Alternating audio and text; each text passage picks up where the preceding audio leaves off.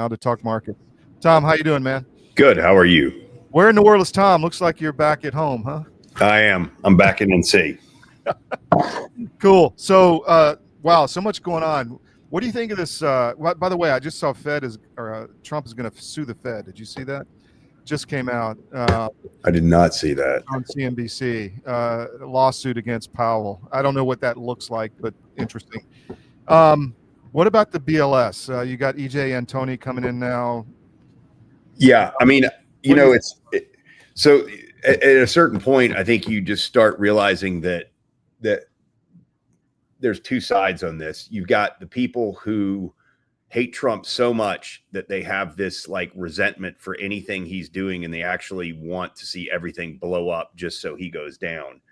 And then you've got the rational people who care about, the common guy and the welfare of the country and the economic prosperity. And it's very troubling. Like when you get unreliable data and it always seems to work in the favor of one side, you got to ask yourself the question, like, this is not like Hanlon's razor stuff. It's not just the fact that they're bad at their jobs. It's intent. Right. And like, I think, Trump is the first guy to call that out. And it shocks a lot of people because a lot of people like to believe that no one's really bad or nobody's really too partisan, particularly on the left. Right. Yeah. And, it's like I wrote something for you a couple of weeks ago about the Fed and, how Trump, when he got in, he had to put people in like very quickly because there were two guys that were out on the FOMC, and to appoint a Fed chairman, it has to be someone from the board of governors, right? Yeah. So he didn't have a lot of choices, but Powell was an Obama pick. That's how he got there. And then, you find out later that like Bowman, for example, who is the vice chair, who's in charge of a lot of this like bank regulatory stuff, Powell was very much against her coming in. And what they're trying to do, and I believe what Bowman's trying to do, is she's trying to make it so that banks are less regulated and can support the treasury market. So going back to your question on this BLS stuff, I mean, I just find it incredible that we had these kind of aberrations for so long, and it always worked in the favor of the opposing side. And if you don't have reliable economic data, then you don't have anything.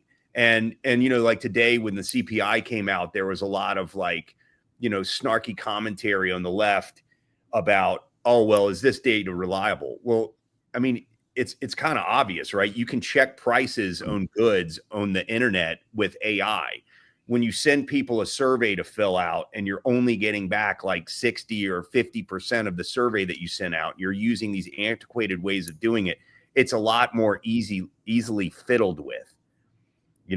And coming in to September last year and having those major revisions, it was like almost a quarter of all the jobs that were created were bogus, and so you're like, wow. And so it was an easier like choice for the Fed to cut rates in September by 50 basis points, having that data. Now, the big question is like these revisions that we had 2 weeks ago, is that going to enable the Fed to cut? Well, I mean, they're just gonna, they're gonna try.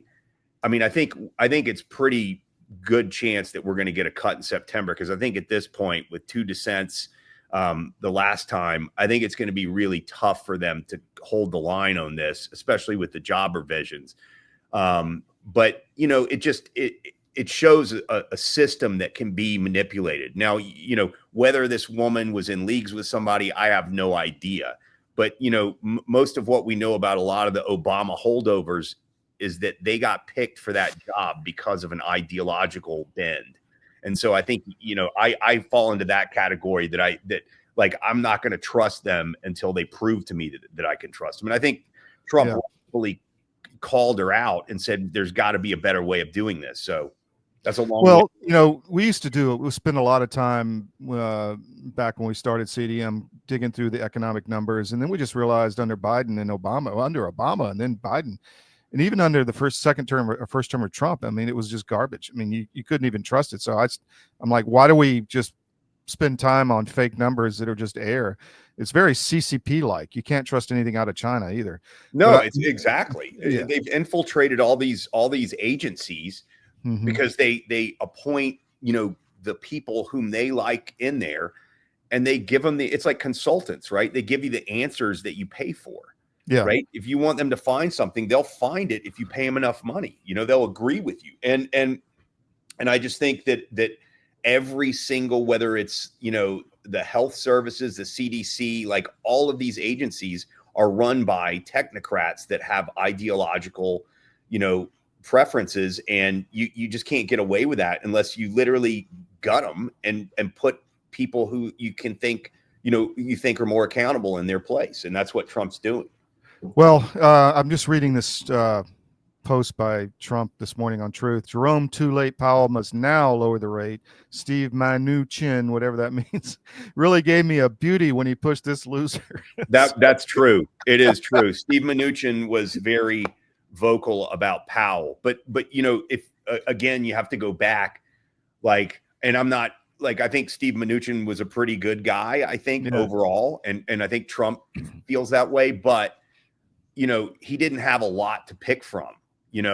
Powell was probably the lesser of all those evils, and it took Trump, a long time to fill those vacancies because it was being jammed up. It's a game, right? If the Senate wants to block Trump, they can wait and make it hard for him to get his appointees in, and that's what they did. Well, it's happening now. They won't do the recess appointments. I mean, right. Exactly. Why isn't Trump screaming at Thune right now? Because he's having the Senate come in session every 4 days or something. Yeah. I mean, I think he's probably aware of what's going on. Mm-hmm. Maybe they have some kind of agreement or some kind of plan. I mean, I know it was ridiculous that Chuck Schumer's out there with his, 10 cup begging for money just to blow on, U.S. aid type stuff. I mean, what a joke. And, but, I'm hoping that there's something that I don't see between the two of them. And otherwise, I think Trump would be excoriating the guy. Yeah, amazing. What you mentioned AI this morning? What do you think's going on there? There's a lot of. I mean, I personally think AI is a lot of hype. It's a huge search engine. I don't think it's intelligent. What do you think? I do think that it is. I use it a lot. But here's the funny thing: long story short, there's a podcast on Rogan a few years ago I listened to.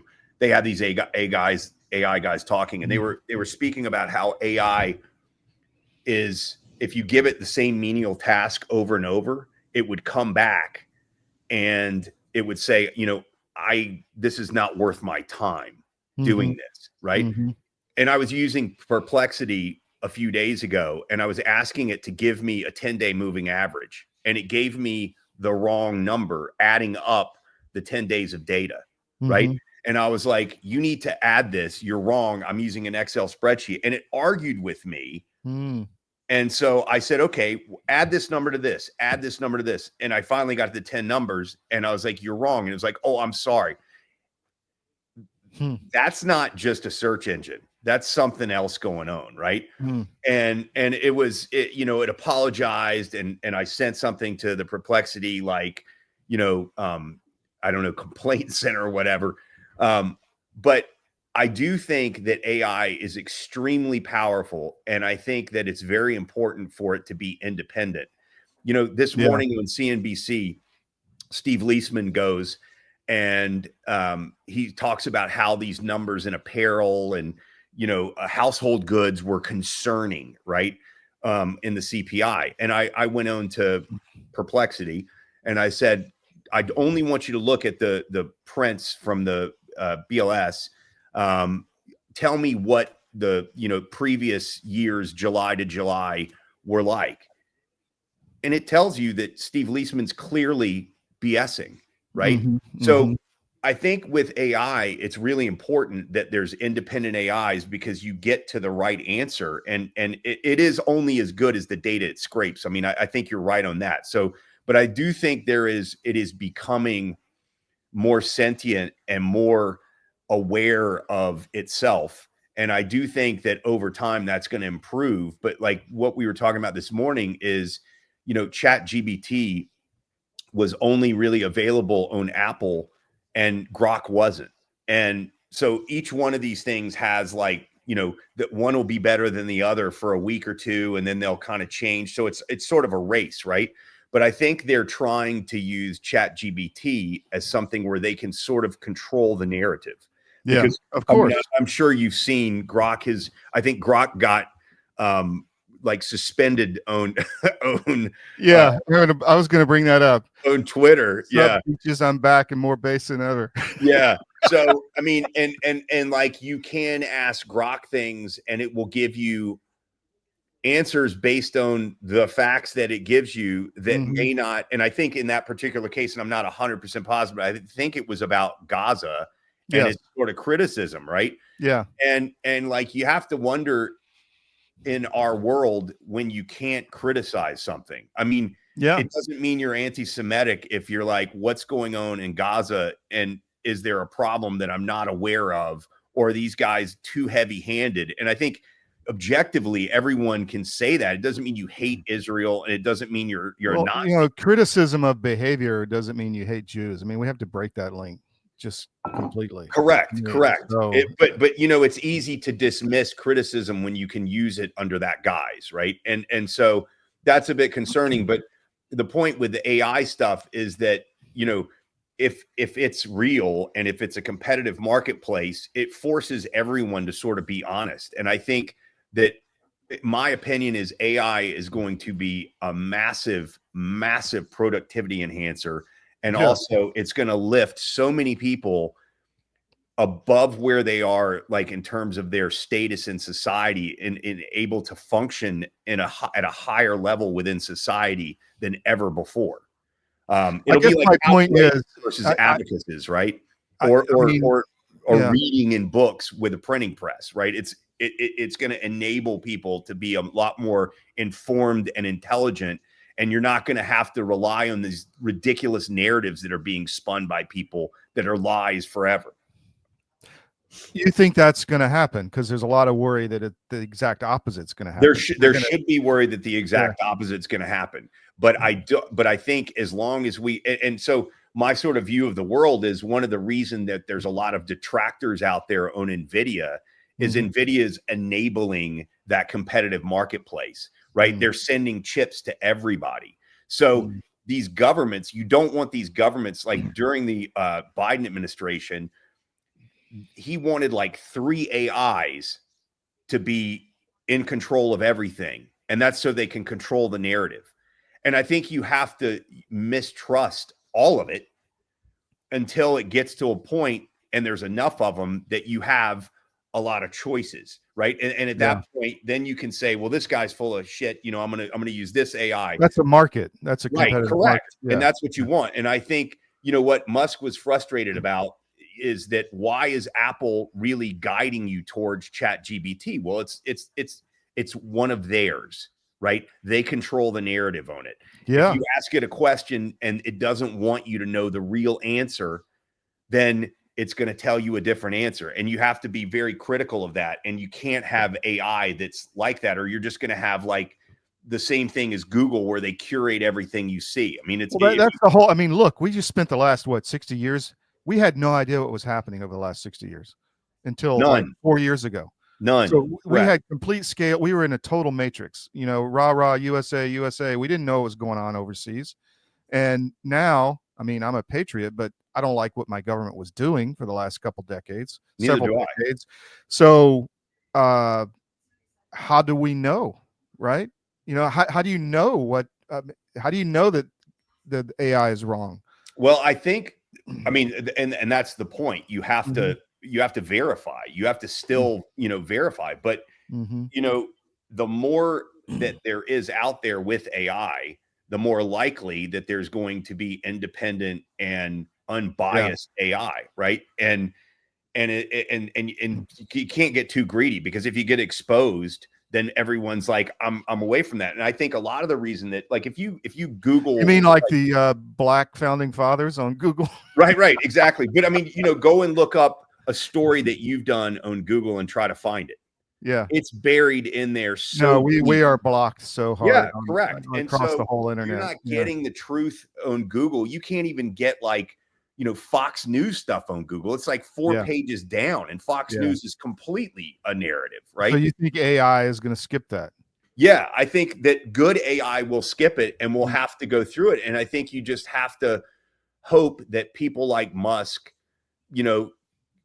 continue to innovate and improve and aren't pressured to cut stuff out. And I think, ultimately AI will get there.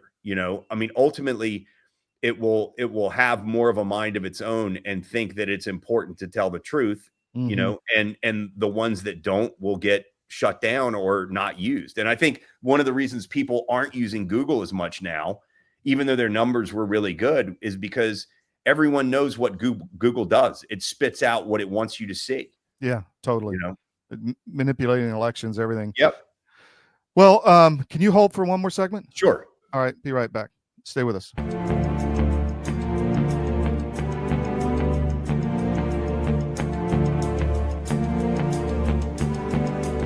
Celebrate our newest launch, Rev 7. I'm bringing you an amazing introductory offer, plus an exclusive overstock sale that you're not going to want to miss. Rev 7 is our premium energy drink that tastes great and gives you energy all day with no jitters and no crashes. That's because there's no sugar and no caffeine.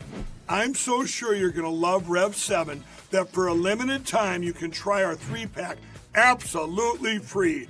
Or check out our Percale bed sheets. I can't believe I'm even going to say this. Every color, every style, every size, only $29.88. So go to mypillow.com or call the number on your screen. Use your promo code to save 20% on our Rev 7 12-packs or try our introductory 3-pack absolutely free. And our Percale bed sheets, all sizes, only $29.88, even the queens and kings. Inventory is extremely limited, so order now. Pandemic, we can never be caught unprepared again. And so many Americans, when COVID hit, they had nothing in the house. Stores were shut down, and doctors' offices were shut down. And even if doctors prescribed drugs, hydroxychloroquine, ivermectin, pharmacists wouldn't fill the prescriptions. That was a nightmare. Now the situation is much worse. We have these horrible supply chain problems.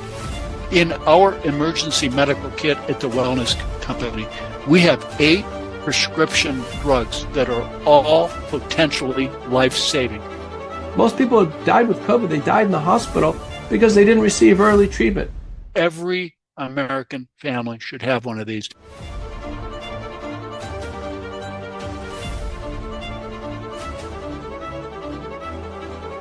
I can tell you the Wellness Company kit is the answer.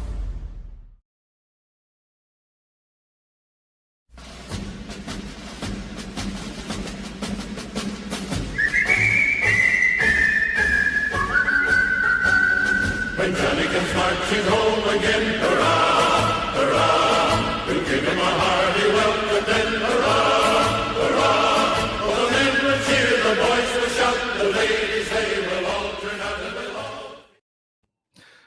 Well, you're back on the skiff. We're here with Tom Teague, talking economics, financial markets. What do you think about inflation? No inflation, right? Came out this morning. Nothing there. I mean, they're spinning it as, here come the tariffs, they're coming through, but it's like I said, it's absolute. If you look into it, like household furnishings were up 3.4% year on year for July. Okay. Last year it was up 3.1. So this is not some meaningful move. Recreation was up 2.4. Last year it was up 2.1. Right. And that was obviously pre-tariffs. Apparel was down 0.2%. So, I mean, the bottom line with most of these tariffs is that there's a competitive marketplace. If you get all your clothes made in China, you can't just knock the price up 40% and somebody makes the same product in Vietnam. You'll trade t-shirts for t-shirts or shoes for shoes, or you'll move your production. So it will be most likely absorbed somewhere in the supply chain. And, that's what we've seen. Goldman put out a piece this week about the tariffs and where they're being absorbed. And some of them are being absorbed in the home country, and some of them are being absorbed, by the companies in terms of their profit margins. And gradually, it's not like it, you get these people who are like out there screaming about how evil companies are and how they hate them, like during the Biden administration, and profit margins are evil. Now they're like going nuts because they're like, Trump's killing the profit margins of these companies. Well, I mean, again, it's just, I hate Trump. I want the U.S. to fail. Yeah. And that's the narrative they're putting out. I mean, these numbers are not concerning. We were at 2.4% inflation in the year-on-year calculation before they cut rates in September of last year. Now we have more of a path that we've seen that there is disinflation. The other thing that's obviously going to happen at some point is this 2%. Bullard was on this morning, and he was kind of dancing around this, I felt, a little bit. But this idea that we have to have a 2% target is antiquated. That was done when we were importing everything from China and we were exporting jobs, and we had this huge disinflationary period. And if you think about it, if people aren't making enough money and employment's not rigorous enough in this country, then you probably do need a lower inflation number to benchmark, because it's really going to hurt people. If people's wages are going up, and we're also, we've just elected a president who wants to change all of those things that created the establishment of that benchmark, right? So like Trump wants to onshore manufacturing. He wants to create better jobs in this country. We have to build in order to put industries on this country. So that's going to create an inventory build in this country. And we're probably not realistically going to have 2% inflation or lower during that period, because we're adding capacity in this country. So we have to look at that. And I know that the Fed doesn't really want to do that in the ideal world in a pro-cyclical basis. Like, they don't want to do it when they need to. They want to do it when they don't need to, so that it doesn't look like, they're pushing things too much. But I think you have to look at this number of 2% inflation, and you have to say maybe the right number is 2.5%. And we're just going to have to accept that, because we're going to have a better, stronger growing economy and better jobs. And this is just a part of the rebuild of our country. So you think it is going to inch up a little bit? I mean, my point was it's not what they are worried. I don't think it's going to necessarily inch up. I mean, I have no idea. I don't think the tariffs are going to be the threat that they said they were. Agreed. Yeah. I just don't believe that we're necessarily going to get back down to 2% anytime soon. And, if you look at treasuries, and I think the last time I looked, the 10-year treasury has like a 1.8%, 180 basis points real yield over the yield over in where inflation is. That's still very, very cheap. And if inflation kind of stays in this area, you're getting the best deals on treasuries that you've gotten in, a long time. And it's kind of a no-brainer, right? So yeah, I don't think that we have to worry about tariffs so much coming into inflation. I just don't think that we're going to get down to 2% necessarily anytime soon. Well, I mean, there is going to be some obvious, flow through. It's not going to be huge, but there's going to be something. What do you think about the employment rate? I mean, you think there's obviously big revisions? There's big revisions. Private sector is definitely weaker. A lot of the job creation has been at the state level. And, you've got to if you look at a lot of people in the market, they're like, jobs are jobs, but they're really not. When you're borrowing money to pay for jobs at a government level, that is not a sustainable job creation, right? You're going to have to keep borrowing money and take in tax revenues. So I think, if people see what they want to see, but obviously employment in the private sector is dropping. So that's a concern. And I think the Fed needs to get on this now. You're also seeing housing starting to really weaken. That will affect consumption if housing prices start going down. So there's a lot of moving parts.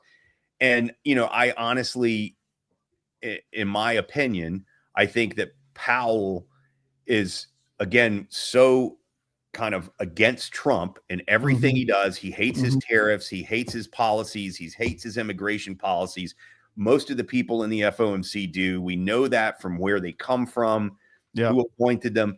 I think that they're like, we're going to hold this thing out and something's going to break, and then we're going to lose the midterms. And then, then everything, Trump's agenda gets shut down. And that's the way people in bureaucratic organizations behave.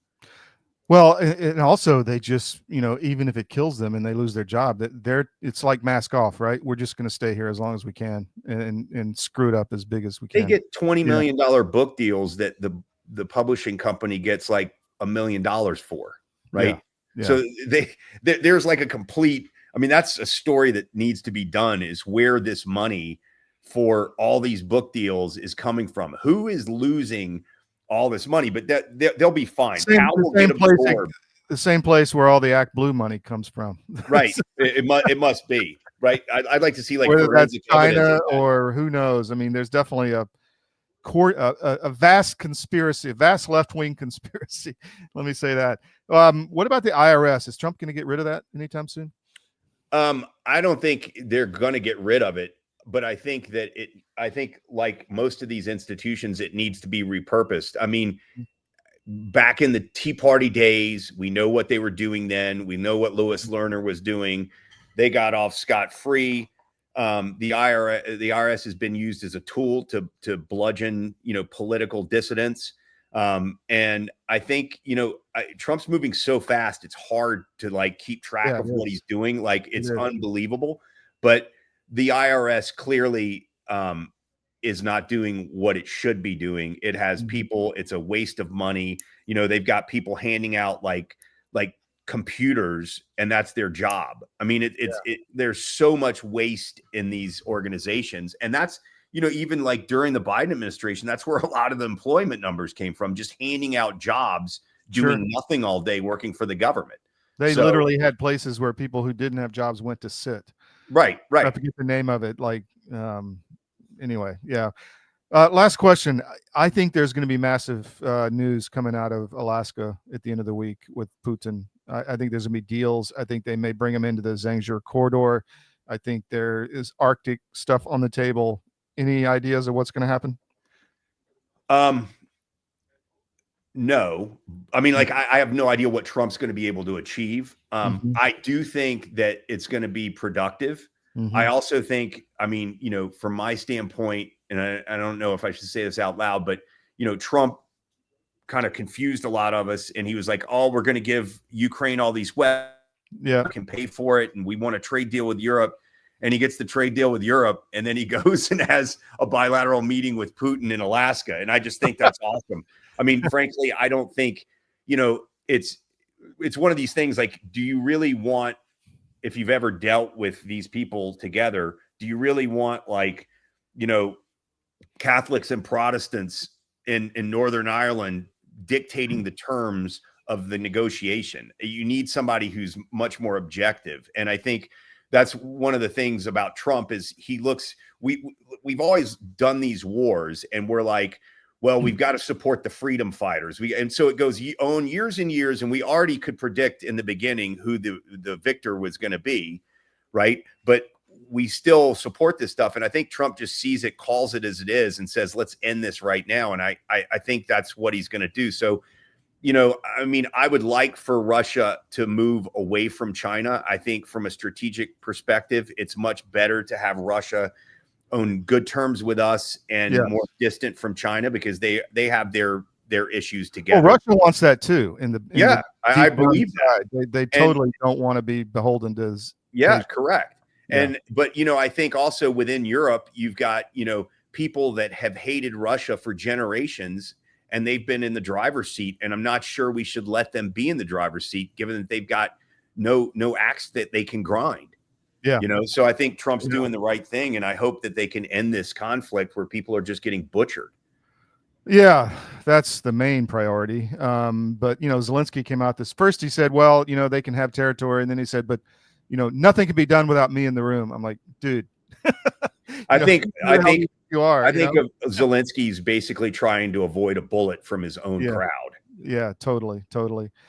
Tom, what else, man? Thank you for all the info. Anything else you want to get out? No, I guess we just got to, buckle up and wait for September. Yeah. Going to be a ride. Wow, it's going to be a great year, though. Thank you, Tom. Really Hopefully. appreciate your time. See you, man. man. Take care.